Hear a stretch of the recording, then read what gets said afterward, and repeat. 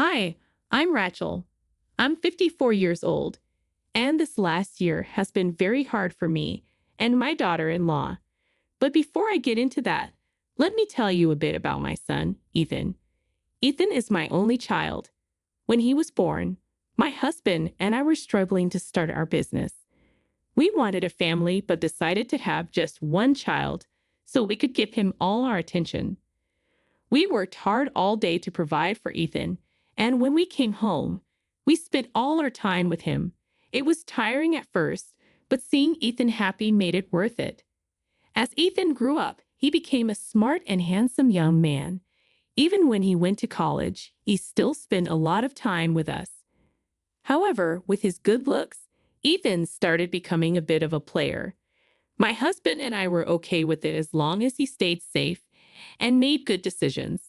Ethan had one serious girlfriend in his junior year of college, but they broke up because I found out he was talking to another girl. They were planning to move in together after graduation, but I convinced him to break up with her since he wasn't in love if he was already interested in others. My husband and I started to worry about the kind of person Ethan was becoming, so we tried to guide him. Things seemed to improve when he met Valerie, my daughter-in-law. They met through mutual friends and hit it off right away. I adored Valerie from the moment Ethan brought her home. She felt like the daughter I never had. Ethan and Valerie dated for about 3 years before getting married. I thought everything was going perfectly, and my worries about Ethan's behavior faded. To make things even better, less than a year after they married, Valerie announced she was pregnant. I was thrilled about becoming a grandmother, especially since my husband and I were now successful and didn't have the stress of running our business. After Valerie's pregnancy announcement, she stopped coming over as often. My husband and I used to host Ethan and Valerie for dinner regularly, but that changed. Concerned, I asked Ethan about Valerie the next time he came over. "Hi, Mom. How are you?" "Hi, sweetie. I'm good. How are you and Valerie doing?" "We're good." "Where's Valerie? Why didn't she come with you?" "Well, you know how pregnancy is." "Oh no, does she need help with anything?" "I'm free to help her with anything she needs." "No, it's okay. I've reduced my work hours to help her around the house." "Sure, but more help never hurts." As a woman who's been through pregnancy, I can offer advice and help. "It's really okay, Mom. I've got it under control." "Are you sure?" "Yeah, I'll call you if we ever need anything." "Yes, you absolutely should." Speaking of calling, I should call Valerie more often. "No, Mom, I was trying to be gentle, but Valerie has been asking for some space." "What do you mean?" "She's feeling a little smothered by all the attention and advice she's been getting from her side of the family. She told me to make sure that no one bothers her right now." "Oh, that's odd." "I thought so too, but it's probably just her hormones or something. Anyway, I just want to make this pregnancy as comfortable as possible for her, and if that means telling everyone to give her space, then I'm doing that." "Okay, I got it. I'll keep my distance, but I'll call you for updates if that's okay." "Of course, that's fine. You're doing a great job. By the way, I'm sure Valerie is having a much easier time with you by her side." "I really hope she is. Anyway, let's go out and get dinner now." I thought Ethan's reasoning was odd, but I didn't think much about it. Who was I to interfere in his relationship? I wanted to call Valerie, but I chose to honor her wishes.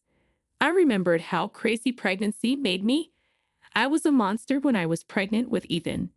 I figured I'd wait for Valerie to call me when she wanted, and in the meantime, I'd help Ethan take care of her whenever I could.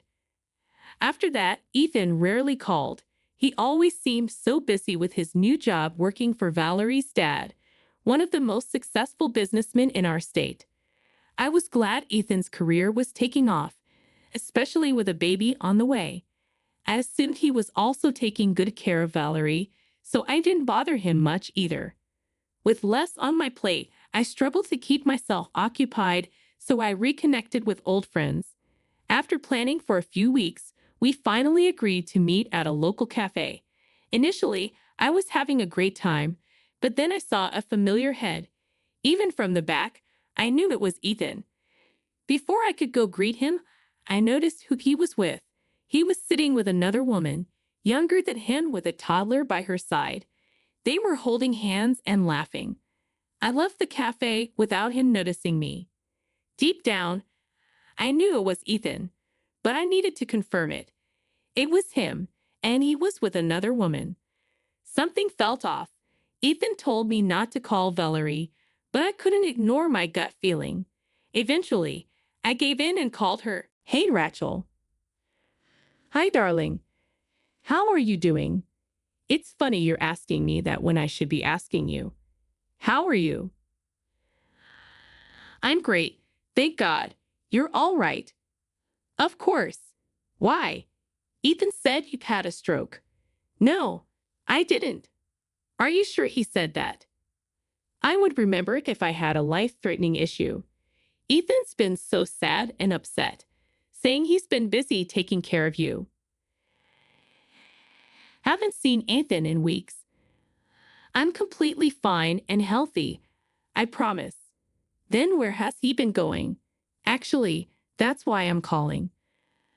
I saw Ethan this morning at a cafe with a woman and a toddler. But he told me he was working today. He's been lying about a lot of things. Do you think he's cheating on you? I don't know. I don't have any evidence. Were they close? Did the child look like him? They were holding hands and laughing, but the child didn't look like him from what I could tell. Why would he lie to me? Sweetie, you need to stay strong. You have a child on the way. We're going to get to the bottom of this. Go through his things. Isn't that an invasion of his privacy? That doesn't matter when your marriage is on the line. He's probably not home much, right? I think he'll be home soon. Whenever he leaves next, go through his things and let me know if you find anything. No matter what, I'll be by your side. I'll help you, and we'll make sure Ethan pays if he's done anything wrong. Thank you so much, Rachel. I really owe you one. No, you deserve better. Take care and keep me updated. I couldn't believe what I had heard. For Ethan to tell Valerie I had a stroke was beyond insane.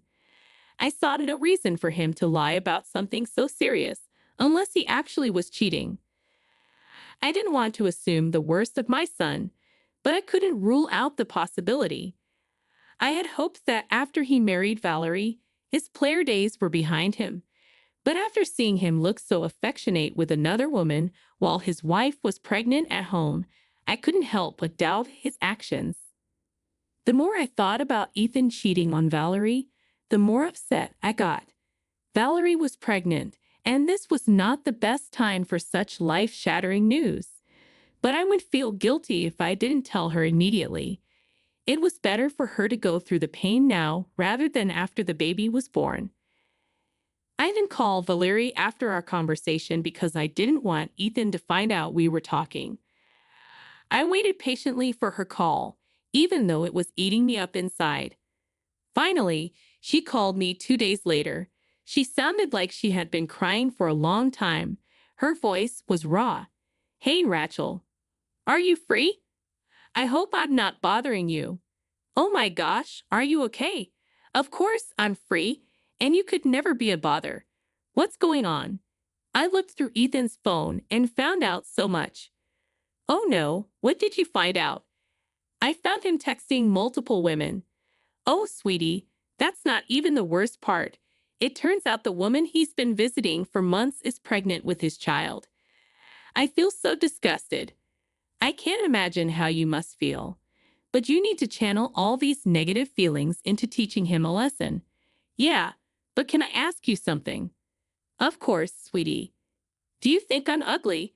Do you think there was something I could have done to make sure Ethan remained faithful? Sweetie, you can't think that way. You're not ugly at all. The first time I saw you, I thought my son must have done something incredible to be with you. You are not responsible for his actions. You don't have to fight to keep your husband faithful. That was his duty the second he vowed to be by your side forever. You're right. I guess my pregnant brain is making me feel like I did something wrong. And we can't let your pregnancy brain take over now. We're going to get even with Ethan for hurting you this way. Are you sure you want to go against your son? No son of mine would ever lie to and cheat on his wife. This is about teaching him a much-deserved lesson. All right, let's do this. Shall I come over tomorrow when Ethan is out of the house again? Yes. Take care until then. If you want to stay here for the night, that's okay too. No, I'd much rather surprise Ethan. I don't want him to know we're onto his lies. All right, I'll meet you tomorrow. After the call, I didn't know how to feel. I had so many emotions swirling inside me. I wanted to yell at Ethan for his disgusting behavior, but I also wanted to cry with Valerie for the love she lost. One thing was certain. I knew at that moment I no longer had a son. My husband was also very upset by what Ethan had done and called Valerie to apologize. Valerie was surprisingly kind-hearted about it, which only made me angrier at Ethan.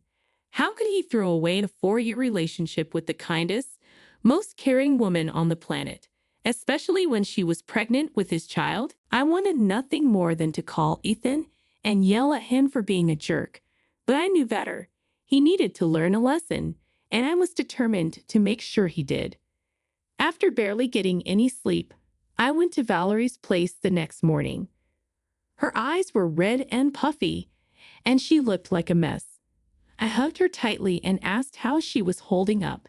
How are you holding up? Well, I've managed to stop crying, so that's where I am right now. I'm really sorry for Ethan's behavior. I feel terrible that this is happening to you. It's okay to feel bad about all of this, but you have nothing to apologize for. You're right. I just sometimes wonder if Ethan's dad and I raised him better. That's nonsense. You guys are wonderful people, and I'm sure you raised Ethan to be just like you. Ethan made his own decisions, and that is not a reflection on you two. You're absolutely right, but still, let me help you figure out how to get back at Ethan. I think I already have an idea. Oh, let me hear it. I was thinking of informing my dad about Ethan cheating on me. I'm sure with all the time he's been sleeping around, he's been slacking at work. Dad probably only lets him work there because Ethan is my husband and needs the money since I'm pregnant. That's brilliant. Your dad can fire him and you can file for a divorce. But will your dad just believe you blindly? Of course, but he won't have to blindly believe me because I have all the proof I need of Ethan's cheating. That's my girl. That's so smart of you. And what about the woman Ethan got pregnant? Does she know he's married? From what I could tell, she didn't. Then I think it's time you tell her. Confront her with all the evidence and see what she says. Do you really think that will go well? Even if it doesn't, at least the woman will be informed. And if it does go well, it will be horrific for Ethan. Either way, it's a win. You're right. I'll talk to my dad about this. Oh, and I'll ask him to make it as embarrassing, and I also think that you should go a step further and expose Ethan to everyone in the family. I'll help, of course. We'll make sure that no one will help him out. Do you think that's overkill? No, he's not allowed to cheat on his wife, lie to her and me, and then get away with it. This is a harsh lesson he needs to learn. All right, then thank you so much for helping me out. You have no idea how much this means to me. Of course, you're like the daughter I never had, and I have to help you out in any way that I can. And if you need help with literally anything, feel free to reach out to me. I definitely will. The events that unfolded after that were nothing short of amazing. Valerie talked to her dad about everything that had happened and even gave him proof of Ethan's infidelity. Needless to say, he was beyond enraged. Valerie was his only daughter, and he was fiercely protective of her. So, of course, at her request, he fired Ethan in front of the entire office. He held a staff meeting and laid into Ethan for his incompetence and lack of loyalty.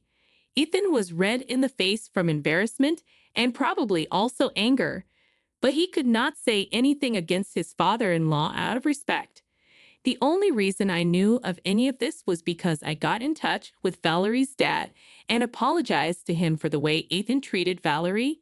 He assured me that I had nothing to apologize for and told me that I had done way more good for Valerie than ever had my husband, Valerie's father, and I sat down after that and decided that if we wanted to take any further action to teach Ethan a lesson, it would be best for Ethan to no longer live anywhere near us.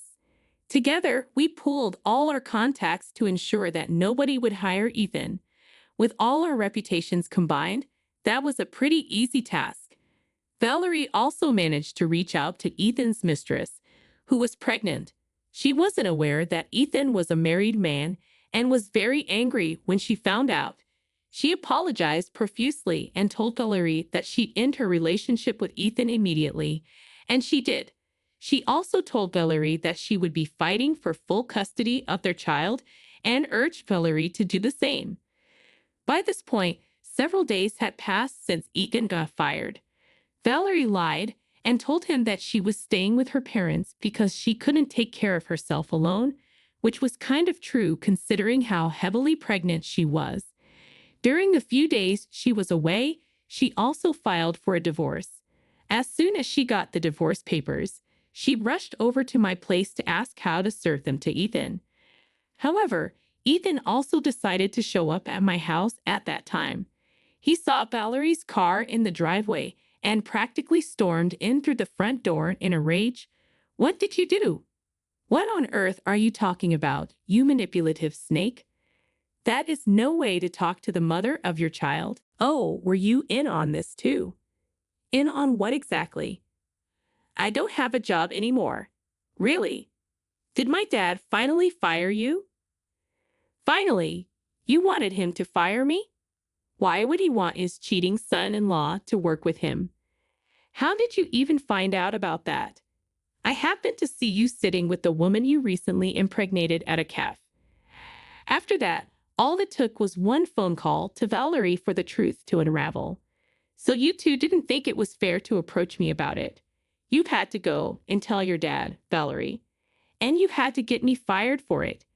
And Mom, did you not care that I would lose my livelihood? You are a disgrace to me and your dad. You deserve nothing less than this." Do you even know how humiliating that was at today's staff meeting? "Valerie, your father yelled at me in front of everyone and then told me to get out of the office and out of your lives. Yeah, I have all your things packed. You can take them and go. You know what? I don't regret cheating on you." "Of course you don't. You're a disgusting person, and we didn't expect anything more from you." "No, you don't understand. Valerie was an absolute nightmare to deal with the second she became pregnant. She was always angry and always in pain. She snored so loud that I barely got any sleep, and she never did any of her work around the house. I would come back home from a tiring day of work to a dirty house and no food. Of course, I went to search for satisfaction elsewhere. You made me pregnant. Don't you dare forget that. You begged me to have your children even when I told you I didn't want children for another few years. And of course, I wasn't able to do much. I was in so much pain because of the pregnancy. You can't possibly blame me for that. And it's even more pathetic of you to blame Valerie's pregnancy for your incompetence as a husband. Your satisfaction should never have come first. Your first priority should have been Valerie and her well-being, something that I told you I would help you with. But you lied about doing it yourself. I had to lie. The two of you meddled too much, and I needed a foolproof plan to make sure I got what I wanted. Well, you just did. So don't blame me for the consequences of your actions. Surely you anticipated getting caught and paying for it, right? What I did not expect was you two teaming up against me. I don't see why I need to have any sympathy for you. Just take your things and get out. This is not over. I'm going to make your lives hell. Sure, Let me see how you do that when you have no job. What do you mean? Valerie's dad, your father, and I'd have made sure to put you on a statewide blacklist for your profession. No company is going to hire you. Good luck. Is this how you treat your own son? How can you betray your son this way? You are not my son anymore. You're nobody to me or your father. We want nothing to do with you. Do us a favor and block and delete our numbers from your phone. Now get out before we call the cops on you. Ethan looked at me like he had been slapped in the face. His eyes welled up with tears as the realization of his mistakes caught up with him. Did I feel an ounce of guilt or sympathy for him? Absolutely not. The only reason I was so enraged by his act was because I knew firsthand how a cheating partner could destroy a family. I went through it with my own parents, and the memories of my mother breaking down every single day because of how hurt she was still haunt me to this day. I felt no remorse or sympathy for Ethan, and frankly, neither did my husband. We had much more pressing matters to attend to anyway. Valerie was due to give birth only a few days after Ethan came over. We'd put Ethan on the back burner, but we made sure to change the hospital where Valerie was going to give birth, just to make sure that Ethan would not intrude. Thankfully, Valerie had a very healthy, normal birth, and I now have a beautiful baby grandson. A few weeks after Valerie gave birth, though, Ethan came back into our lives. He would come over to my house at any time of the day just to scream at me for ruining his life. He would first do that and then beg me for forgiveness. He tried to tell me that his other child with the other woman also needed him to be here. Apparently, his mistress got full custody of the kid, and he got visitation rights. But there was a clause. If he did not follow his visitation schedule and missed 5 visits, then he could kiss his visitation rights goodbye. It would not be possible for him to visit this child of his very often if he did not find a job in this state, and in fact, he wouldn't be able to see either of them. Ethan's mistress was very kind towards Valerie and recommended to Valerie the same lawyer she used against Ethan to get full custody of their child. Of course, Ethan did not make the divorce or any of the child custody agreements easy for Valerie. It took a long few months for the court to decide what to do, and finally, they ruled in Valerie's favor. She was given a majority of the assets, and she was granted full custody of my grandson. Ethan had the same laws applied to him with the custody of my grandchild as well, and when the verdict was announced, I could see how physically stressed Ethan was about it. My husband and I blocked Ethan everywhere, and after we threatened to get the cops involved again, Ethan stopped coming over to our house to yell profanities at me. My husband and I focused on taking care of Valerie and our grandson. They were our number one priority. We helped cover all the costs of the divorce and have been supporting Valerie ever since she gave birth. We felt it was the only way we could make it up to her for Ethan's horrible behavior. We're nearing the 1-year anniversary of finding out that Ethan had been cheating, and I can safely say that we're all in a better place right now. Well, except for Ethan. I heard through some extended family members that Ethan moved across the country and managed to land a job, but he's still doing miserably. I would feel bad, but I simply can't bring myself to. My grandson would have had a really hard time had Ethan's ways been exposed when my grandson was able to understand what was going on. I would never have let that happen, but the thought was enraging. For now, though, I'm in a better place. I do mourn the loss of the son I thought I had, but I'm in therapy to deal with all my bizarre emotions. I have people that genuinely care for me by my side, and that's all that matters. Thank you so much for listening to my story.